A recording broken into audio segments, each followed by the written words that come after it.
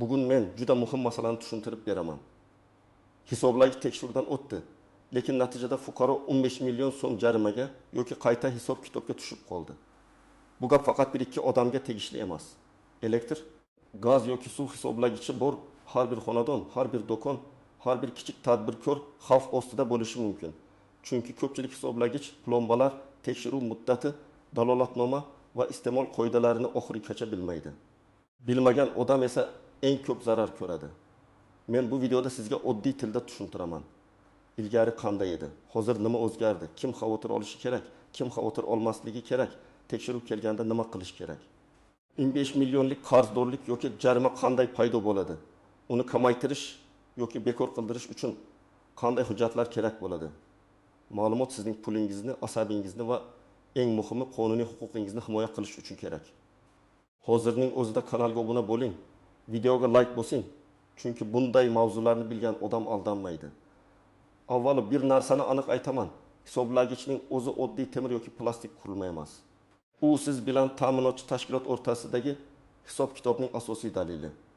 Elektrda bu kilovat soatni, gazda kub metrni, suvda iste'mol hajmini ko'rsatadi. Ya'ni har oy siz qancha to'lashingiz, qarzdorligingiz bor yo'qligi, noqonuniy iste'mol bo'lgan bo'lmagani aynan shu qurilma orqali aniqlanadi.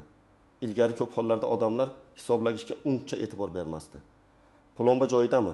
Tekshiruv muddati o'tib ketmaganmi? Hisoblagich to'g'ri ko'rsatyaptimi? Hujjatlari bormi? Bularning hammasi ikkinchi darajali masala deb qaralardi. Hisoblagich aylanib turibdi-ku, demak hammasi joyida deb o'ylashardi. Nazoratchi kelganda esa eshikni ochib ko'rsatib yuborishardi. Dalolatnoma tuzilsa, o'qimasdan imzo qo'yishardi. Ana shu xatolar bugun katta pulga tushyapti. Hozir vaziyat boshqacha. Ta'minotchi tashkilotlarda elektron baza bor. Hisoblagich raqami o'rnatilgan sana, so'nggi tekshiruv muddati, plomba raqami. Oldingi ko'rsatkichlar, to'lovlar tarixi ko'rinib turadi. Agar biror joyda nomuvofiqlik chiqsa, masalan, plomba shikastlangan bo'lsa, hisoblagich o'zgargan bo'lsa, ko'rsatkich keskin kamayib ketgan bo'lsa yoki tekshiruv muddati o'tib ketgan bo'lsa, tekshiruv boshlanadi. Tekshiruv natijasi esa ba'zida 20 million to'lang, qayta hisob kitob qilindi. Qoidabuzarlik aniqlangan degan og'ir xulosa bilan tugaydi. Bu yerda eng muhim farqni tushunish kerak. Har doim ham bu pul klassik ma'nodagi jarima bo'lavermaydi. Ko'p hollarda bu qayta hisob kitob bo'ladi. Ya'ni ta'minotchi tashkilot sizning iste'molingiz hisoblagich orqali to'g'ri hisoblanmagan. Shuning uchun biz ma'lum davr uchun norma yoki quvvat bo'yicha qayta hisoblaymiz deydi. Oddiy odam esa buni jarima deb qabul qiladi. Natija baribir bir xil katta summa chiqariladi va uni to'lash talab qilinadi. Men birinchi navbatda kimlar ehtiyot bo'lishi kerakligini aytaman. Agar sizning hisoblagichingiz eski bo'lsa, ya'ni ko'p yildan beri almashtirilmagan yoki davlat tekshiruvidan o'tmagan bo'lsa, albatta hushyor bo'ling. Har bir turdagi hisoblagichning belgilangan tekshiruv muddati bo'ladi. Bu muddat o'tib ketsa, hisoblagich ko'rsatkichiga nisbatan savol paydo bo'lishi mumkin. Ba'zi hollarda ta'minotchi tashkilot o'zi almashtirish kerak bo'ladi. Ba'zi holatda esa iste'molchi murojaat qilish kerak bo'ladi.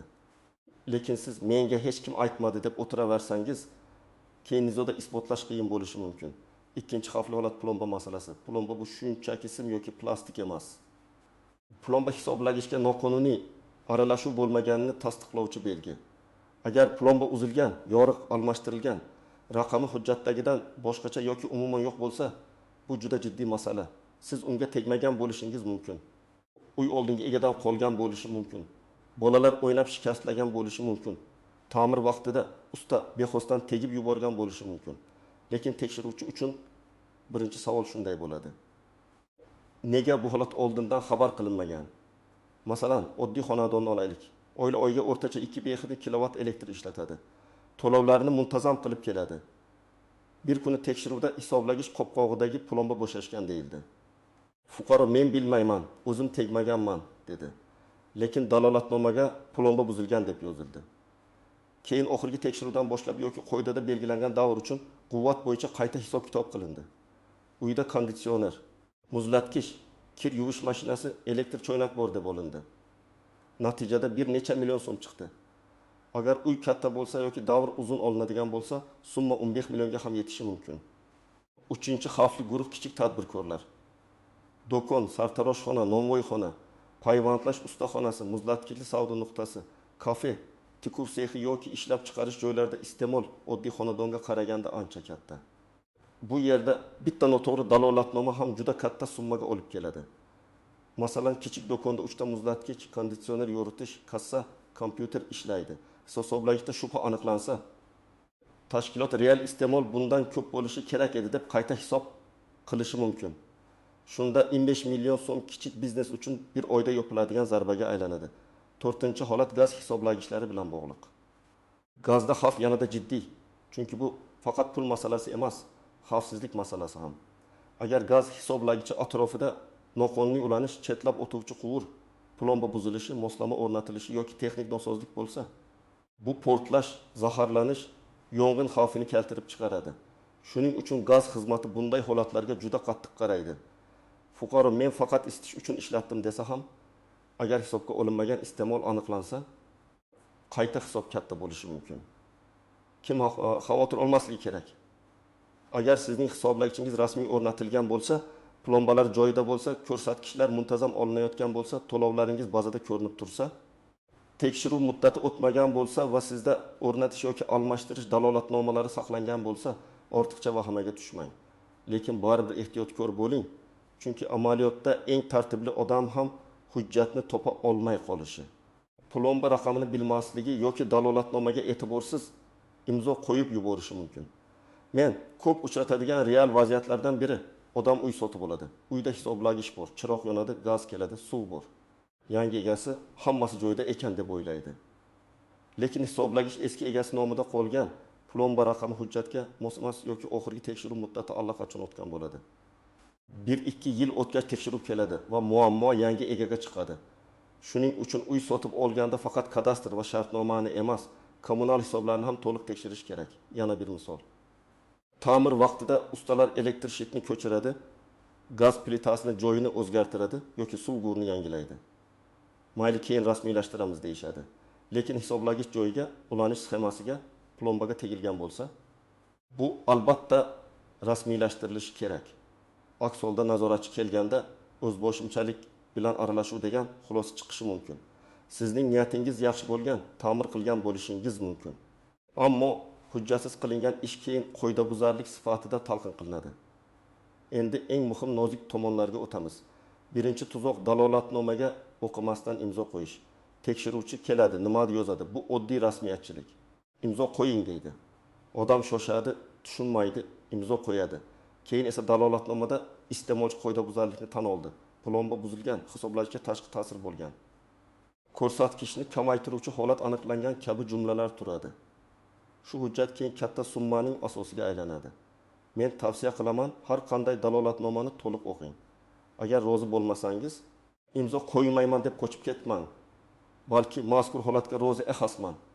Plomba buzilganini tan olmayman. Mustaqil ekspertiza talab qilaman. Foto, video dalillar ilova qilinsin. Hisob kitobni yozma shaklda berishingizni so'rayman deb o'z izohingizni yozing. Imzo qo'ysangiz ham izo bilan qo'ying. Chunki imzo dalolatnoma bilan tanishganingizni bildirishi mumkin. Lekin izosiz imzo keyin sizga qarshi ishlashi ehtimoli yuqori. Ikkinchi tuzoq, tekshiruv vaqtida foto va videoga olmaslik. Bugun telefon har birimizda bor. Tekshiruvchi kelganda odob bilan, janjalsiz, men o'z huquqlarimni himoya qilish uchun jarayonni videoga olaman deb yozib oling.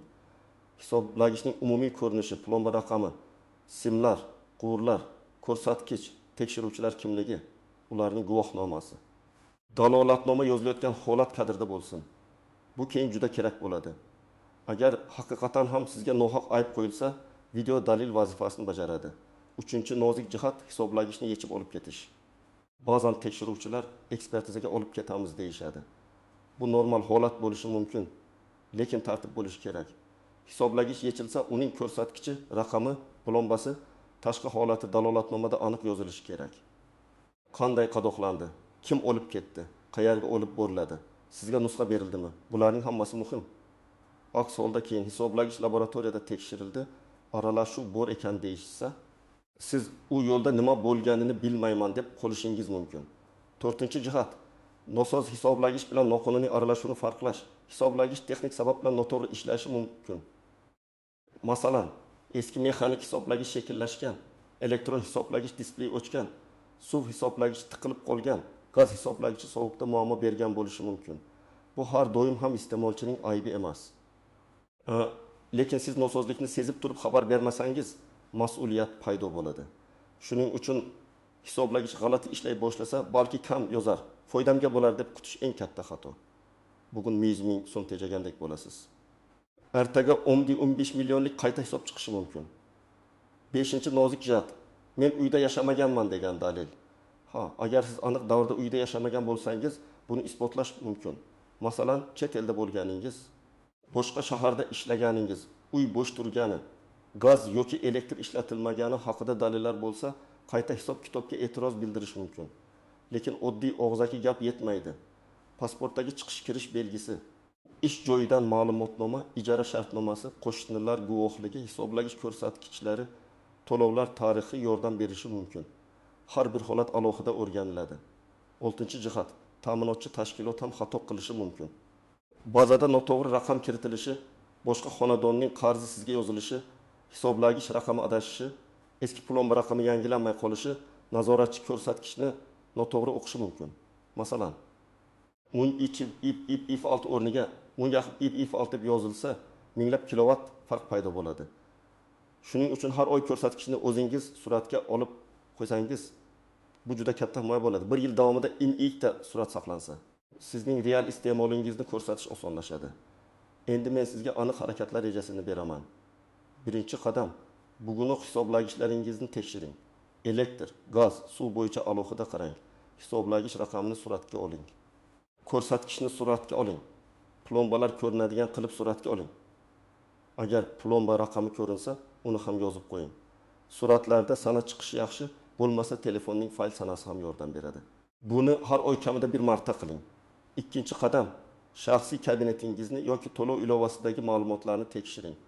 Hisob raqamingiz to'g'rimi? Qarzdorlik bormi? Oxirgi to'lovlar tushganmi? Hisoblagich raqami mos keladimi? Shularni ko'ring. Agar biror nomuvofiqlik bo'lsa, darhol murojaat qiling. Keyin ko'raman demang. Kommunal sohada kichik xato vaqt o'tgan sayin kattalashadi. 3-qadam, hujjatlarni yig'ing. Sizda hisoblagich o'rnatilgan dalolatnoma, almashtirish dalolatnomasi, plomba dalolatnomasi, oxirgi tekshiruv hujjati, to'lov kvitansiyalari, shartnoma yoki abonent ma'lumotlari bo'lishi kerak. Agar yo'q bo'lsa, ta'minotchi tashkilotga yozma murojaat qilib, nusxalarini so'rang. Murojaatda shunday yozish mumkin: menga tegishli manzil bo'yicha o'rnatilgan hisoblagich raqami, plomba raqamlari, oxirgi davlat tekshiruvi sanasi. Hisoblagich almashtirilgan bo'lsa, dalolatnoma nusxasi va hisob-kitob tarixi haqida yozma ma'lumot berishingizni so'rayman. 4-qadam, agar plomba shikastlanganini ko'rsangiz, o'zingiz tuzatmang. Simni bog'lamang, qopqoqni yopishtirmang, ustani chaqirib bilinmaydigan qilib qo'y demang. Bu vaziyatni yomonlashtiradi. Darhol ta'minotchi tashkilotga qo'ng'iroq qiling va yozma murojaat qiling. Murojaatda hisoblagich plombasida shikastlanish alomati bor. Sababini bilmayman. Rasmiy ko'rik o'tkazishingizni so'rayman deb yozing. Murojaat raqamini saqlang. Agar keyin tekshiruv bo'lsa, siz oldindan xabar berganingizni ko'rsata olasiz. 5-qadam, tekshiruv kelganda guvohnoma talab qiling. Har qanday odam men nazoratchiman deb kirib kelmasligi kerak. Xodimning xizmat guvohnomasini ko'ring. Qaysi tashkilotdan kelganini so'rang. Tekshiruv sababi nima ekanini aniqlang. Muomala madaniyatli bo'lsin, lekin huquqingizni biling. Uyga kirish, ko'rik o'tkazish, hisoblagichni yechish kabi harakatlar tartib asosida bo'lishi kerak. 6-qadam, dalolatnoma nusxasini oling. Hujjat tuzildimi? Albatta bir nusxa sizda bo'lishi kerak. Unda sana vaqt, manzil, hisoblagich raqami, ko'rsatkich plomba raqami aniqlangan holat. Ishtirokchilar imzosi aniq yozilgan bo'lsin. Agar bo'sh joylar bo'lsa, keyin nimadir qo'shib yozilmasligi uchun chiziq tortishni so'rang. Rozi bo'lmasangiz izoh yozing. E'tirozim bor, holatni tan olmayman. Qo'shimcha tekshiruv talab qilaman degan jumla ham ko'p narsani o'zgartiradi. 7-qadam, katta summa chiqsa, darhol to'lab yuborishga shoshilmang. Avval yozma hisob kitobni so'rang. Qaysi davr uchun hisoblangan? Qaysi tarif qo'llangan? Qanday formula ishlatilgan? Qaysi qoidaga asoslangan? Nima uchun aynan 25 million chiqqan? Bularni bilishingiz kerak. Agar hisob kitob tushunarsiz bo'lsa, e'tiroz yozing. E'tirozda dalolatnoma nusxasi, suratlar, to'lov kvitansiyalari, oldingi ko'rsatkichlar, yashamagan davrni tasdiqlovchi hujjatlar, guvohlar ma'lumotini ilova qiling. 8-qadam murojaatni og'zaki emas yozma qiling. Telefon orqali aytilgan gapni keyin isbotlash qiyin. Tashkilotning qabulxonasiga topshirsangiz, kirim raqami qo'ydiring. Elektron murojaat yuborsangiz, tasdiq xabarini saqlang. Murojaatda hissiyotga berilmang, haqorat qilmang. Aniq fakt yozing, falonsa tekshiruv o'tkazildi. Falon dalolatnoma tuzildi. Men mazkur xulosaga rozi emasman. Chunki falon dalillar bor, qayta ko'rib chiqishingizni so'rayman. Shunday yozilgan hujjat jiddiy ko'riladi. 9-qadam zarur bo'lsa, yuqori tashkilotlarga murojaat qiling. Hududiy elektr tarmoqlari, gaz ta'minoti, suv ta'minoti tashkilotining yuqori boshqarmasi, iste'molchilar huquqlarini himoya qiluvchi organlar, prokuratura yoki sud tartibida murojaat qilish mumkin. Lekin sudga borishdan oldin hujjatlaringiz tartibli bo'lishi kerak. Sudda men aybsizman degan gap emas, dalil ishlaydi. Surat, video, dalolatnoma, e'tiroz xati, javob xati, to'lovlar tarixi, ekspertiza xulosasi hal qiluvchi ahamiyatga ega. 10-qadam xavfsizlikni birinchi o'ringa qo'ying.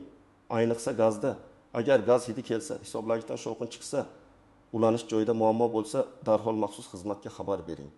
Elektrda esa hisoblagich qizisa, uchqun chiqsa, simlar ergan bo'lsa, o'zboshimchalik bilan ochmang.